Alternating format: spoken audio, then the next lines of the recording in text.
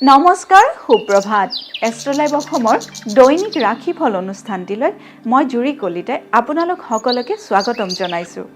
আজি 18 জেঠ 2 জুন মঙলবাৰ 2026।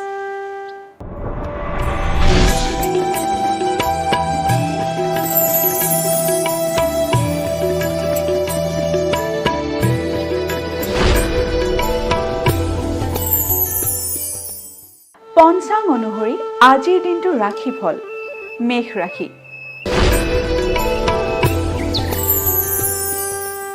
মেষ ৰাশি নানা দিশত হতাশা।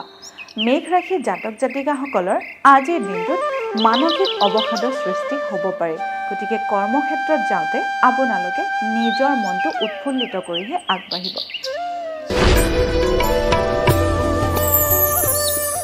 বৃষ ৰাশি। বৃষ ৰাশিৰ অপত্যহানি।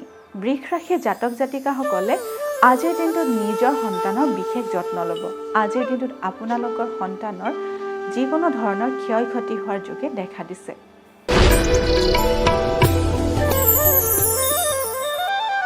মিথুন ৰাশি। মিথুন ৰাশিৰ ঋণ আদায়। মিথুন ৰাশিৰ জাতক জাতিকাসকলে যদি ক'ৰবাত ধন পাবলগীয়া আছে তেতিয়াহ'লে আজিৰ দিনটোত সেই ঋণ আদায় হ'ব।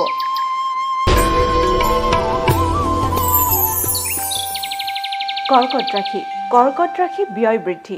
কৰ্কট ৰাশি জাতক জাতিকাসকলৰ আজিৰ দিনটোত অযথা ব্যয় বৃদ্ধি হোৱাৰ যোগে দেখা দিছে।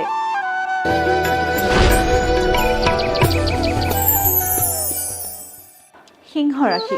সিংহ ৰাশিৰ অৰ্থ ক্ষতি। সিংহ ৰাশি জাতক জাতিকাসকলৰ আজিৰ দিনটোত যিকোনো কাৰণতে অনাহকত অৰ্থ ক্ষতিৰ যোগে দেখা দিছে। কন্যা ৰাশি। কন্যা ৰাশিৰ দ্ৰব্যাদি লাভ।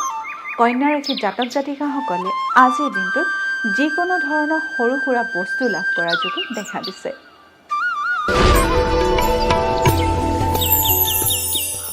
তুলা ৰাশি। তুলা ৰাশিৰ বিদ্যাত বাধা। তুলা ৰাশিৰ জাতক জাতিকাসকলৰ আজিৰ দিনটোত বিদ্যাৰ ক্ষেত্ৰত বাধাৰ সৃষ্টি হ'ব পাৰে।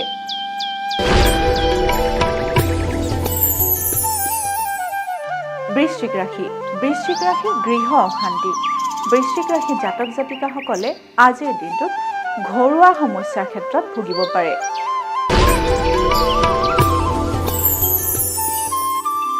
ধনু ৰাশি। ধনু ৰাশিৰ বন্ধু বিবাদ। ধনু ৰাশি জাতক জাতিকাসকলৰ পুৰণি বন্ধুৰ লগত আজিৰ দিনটোত বিবাদ সৃষ্টি হ'ব পাৰে। গতিকে আজিৰ দিনটো আপোনালোকে নিজৰ বন্ধুৰ লগত সাৱধানেৰে চলিব। মকৰ ৰাশি। মকৰ ৰাশিৰ উদ্যোগত লাভ। মকৰ ৰাশিৰ জাতক জাতিকাসকলে যদি উদ্যোগৰ লগত জড়িত হৈ আছে বা ব্যৱসায় বাণিজ্যৰ লগত জড়িত হৈ আছে তেতিয়াহ'লে তেওঁলোকে আজিৰ দিনটোত লাভৰ মুখামুখি হ'ব পাৰে। কুম্ভ ৰাশি। কুম্ভ ৰাশিৰ আঘাত প্ৰাপ্তি। কুম্ভ ৰাশিৰ জাতক জাতিকাসকলে আজিৰ দিনটো সাৱধানেৰে চলিব, কাৰণ আজিৰ দিনটোত আপোনালোকৰ আঘাত প্ৰাপ্তি হোৱাৰ যোগে দেখা দিছে। এইবাৰ হৈছে শেষৰটো ৰাশি মীন ৰাশি। মীন ৰাশিৰ বিত্ত লাভ। মীন ৰাশিৰ জাতক জাতিকাসকলে আজিৰ দিনটোত ধন অথবা টকা পইচা লাভ কৰিব পাৰে। এয়াই আছিল আজিৰ দিনটোৰ ৰাশিফল। আপোনালোকৰ দিনটো শুভ তথা সমৃদ্ধিশালী হওক তাৰেই কামনা কৰিছোঁ। লগতে মই জুৰি কলিতাই এষ্ট্ৰলাইভ অসমৰ ৰাশিফল অনুষ্ঠানটিৰ পৰা আজিলৈ বিদায় মাগিছোঁ। ধন্যবাদ।